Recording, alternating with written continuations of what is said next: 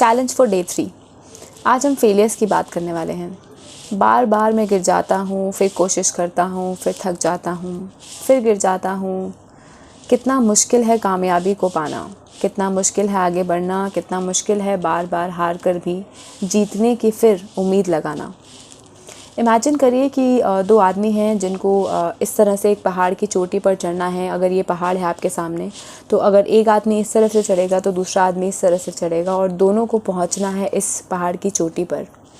और दोनों जो है एक दूसरे के साथ शर्त लगाते हैं कि हम दोनों में से जो भी पहले इस पहाड़ की चोटी पर पहुंचेगा वो जीत जाएगा। जो इस तरफ जो आदमी है वो काफ़ी ज़्यादा कॉन्फिडेंट है और शायद ओवर कॉन्फिडेंट है, क्योंकि वो दूसरे आदमी को जो इस तरफ है वो उसे थोड़ा सा लेट डाउन करता है, थोड़ा सा उसे नीचा दिखाता है और बोलता है कि वो बिना फेलियर के, बिना रुके, बिना गिरे इस मंजिल को पार करेगा और पीक पर पहुंच जाएगा। और सामने वाले को बोलता है कि इस साइड पर जो आदमी है कि उसमें इतनी शक्ति या ताकत भी नहीं है कि वो उसको कम्पीट कर सके या उससे जीत सके। जो इस तरफ आदमी है वो पहले से ही काफ़ी निराश है, प्रेशर में है, बहुत बर्डन में है। और अब दोनों जो है पहाड़ पे चढ़ना शुरू करते हैं और अपना जो बैगेज है, अपना जो बैग है उसको भी अपने साथ रखते हैं। ये बैगेज जो है महज एक सिंपल बैगेज नहीं है, सिंपल बोझ नहीं है। ये जो बोझ है ये है टेंशन्स का बोझ, प्रेशर है और रिस्पॉन्सिबिलिटीज़ का बोझ है, जीतने की एक चाह है, उसकी कन्फ्यूजन है, बहुत प्रेशर है, बहुत लोड है। इस लोड को अपने कंधे पर लेकर उन्हें पहाड़ की चोटी पर चढ़ना है। दोनों चढ़ना शुरू करते हैं। यहाँ से ये जो आदमी है ये धीरे धीरे अभी तक चढ़ रहा है बिना गिरे। पर जो इस तरफ से आदमी है वो चढ़ रहा है, लेकिन वो कुछ कदम आगे चलता है और उसके माइंड में कहीं ना कहीं है कि फेलियर जो है आ सकता है, वो गिर सकता है। वो गिरता है, हालांकि वो जैसे ही गिरता है तो वो कुछ दूर पहुंचकर यहाँ से यहाँ तक गिरता है और ख़ुद को संभाल लेता है। वो थोड़ी बार फिर उठता है और फिर चलता है, लेकिन फिर दोबारा वो गिरता है। लेकिन अब की बार जब गिरता है तो पहले जहाँ वो गिरा था उससे 2 कदम आगे गिरता है। वो फिर कोशिश करता है, बहुत ज़्यादा और प्रेशर बिल्डअप हो जाता है, माइंड में और ज़्यादा बोझ, बहुत ज़्यादा कंस्ट्रेन जो है और बनता है। फिर वो थोड़ा सा आगे चलता है, वो फिर गिरता है। लेकिन हर बार जब वो गिरता है तो उस पुरानी जगह पर जहाँ पर वो गिरा था उससे 2 कदम वो आगे बढ़ चुका होता है।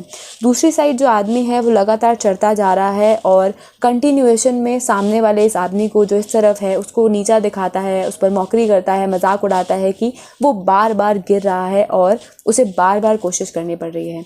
जो इस तरफ आदमी चढ़ रहा है इस पहाड़ की चोटी पर, उसे रास्ते में एक मेंटर मिलते हैं, गाइड मिलते हैं, जो बोलते हैं कि इस तरह से इतना बैगेज, इतना बर्डन, इतना बोझ अपने कंधों पर उठाकर तुम इस पहाड़ को नहीं पार कर पाओगे। So first step what you need to do is, आप अपने माइंड से, अपने कंधे से इस बोझ को, इस बर्डन को उतार दीजिए और सिर्फ फोकस करिए पहाड़ की चोटी पर। So again there is a metaphor. ये जो उसके कंधे पर बैग है, ये बैग है बर्डन्स का, प्रेशर का।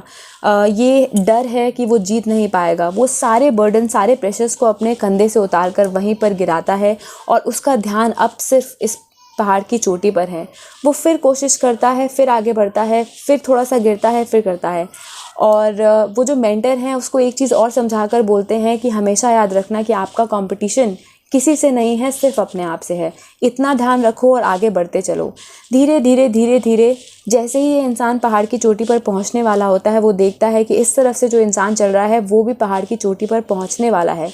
लेकिन क्योंकि उसका ध्यान दूसरे का मजाक उड़ाने में, उसको नीचा दिखाने में है, यहाँ पर आकर उसको एक ऐसा हर्डल, एक ऐसी प्रॉब्लम का सामना करना पड़ता है कि वो बहुत बुरी तरह यहाँ से सीधा यहाँ गिरता है। ध्यान से समझने की बात यह है कि वो इंसान इतनी ऊपर आकर यहाँ से यहाँ गिरता है और ये इंसान गिरते गिरते यहाँ तक पहुँच चुका है। जितनी बार वो गिरा उसने कोई नया लेसन जो है वो सीखा। जितनी बार वो गिरा वो और ज़्यादा एक्टिव था। जितनी बार वो गिरा वो और ज़्यादा स्ट्रॉन्ग बन गया था अपनी ग्रिप और पकड़ बनाने में पहाड़ पर चढ़ने के लिए। ये जो इंसान एक ही बार गिरा है, ये ऊंचाई से इतना नीचे आकर गिरा कि इसे चोट ज़्यादा लगी। और ये इंसान जो धीरे धीरे चढ़ा गिरा, इसने फेलियर्स बहुत ज़्यादा देखे, लेकिन क्या उसे चोट लगी? उसे उतनी चोट नहीं लगी जितनी इस इंसान को लगी।